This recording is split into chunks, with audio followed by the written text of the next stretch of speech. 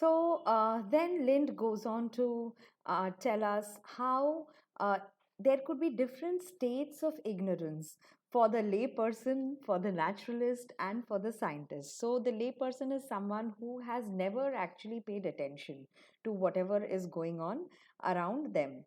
The naturalist is someone who pursues nature and the various activities that keep happening in nature as a hobby, as an enthusiast. And a scientist is someone who actually pursues it as a discipline, who wants to kind of theorize it and use whatever facts or whatever evidence.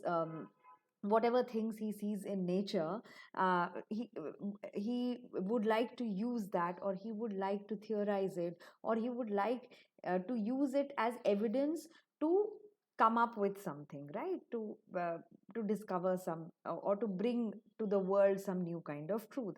Now, interestingly, what Lynd is telling us is that despite all of these people having some kind of knowledge or interest, or maybe the scientist is highest in the scale of knowledge, right, in the ladder of knowledge, still there will always be room even for the scientist. There'll always be some space where the scientist is also ignorant, because he just cannot know everything about uh, everything about every bit of whatever is happening, and especially when it is going to happen. So he says that gives us so much scope to explore further, to find out further, to seek further. And then he comes up with a very interesting anecdote, which is a story. He said, once a very clever lady asked me, he tells us, that when does the moon rise? Does it rise the same day, same time every day, or every week? And then she said, no, no, we should not find out, because that would spoil the thrill, that would spoil the joy of seeing the moon suddenly in the sky. If we know the time beforehand, uh, it will kind of mar our interest in the moon. So he says there's always a pleasure in not knowing. And in a way, when he keeps repeating this, that there's always a pleasure in not knowing, there's always so much that is yet to be discovered, probably he looks at existence and he looks at the universe as a kind of mystery, as a kind of enigma. And if you have that kind of a curiosity, if you have that kind of a seeker's spirit, and this unquenching thirst to know more, then and you are ready to be mystified, right?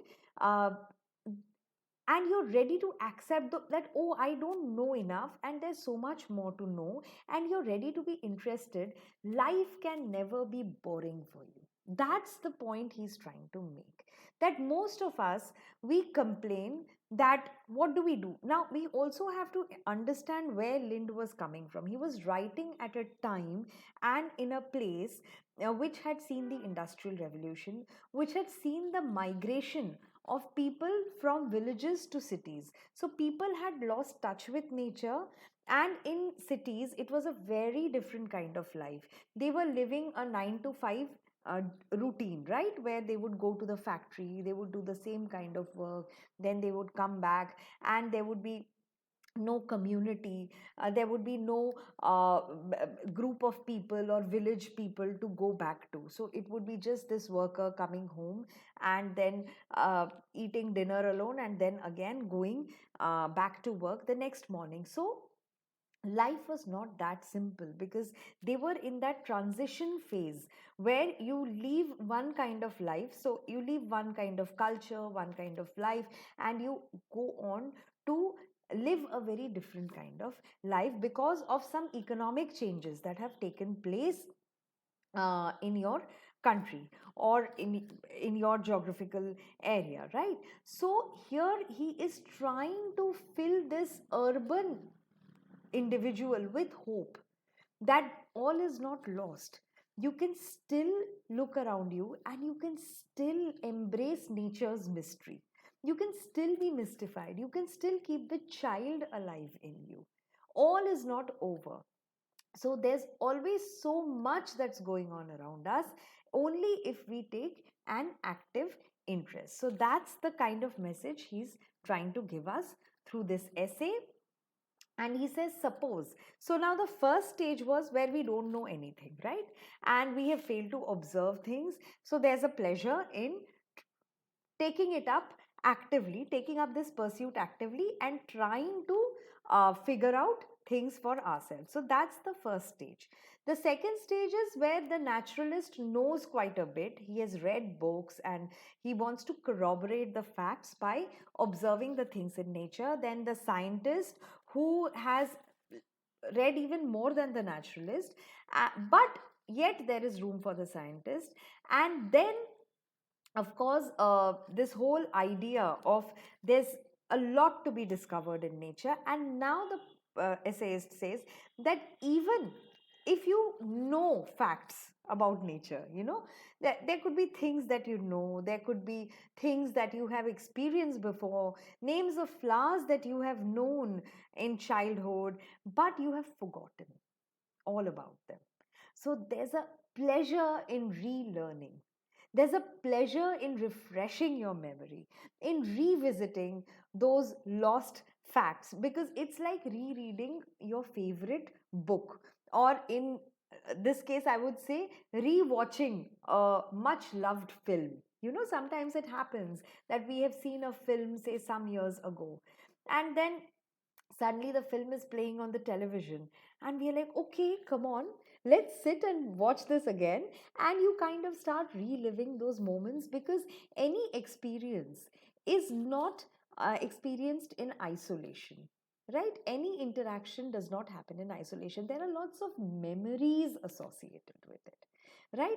So he says that's the beauty of uh, relearning something. It's like rereading or reviewing. And then he uses a very interesting analogy of sheep.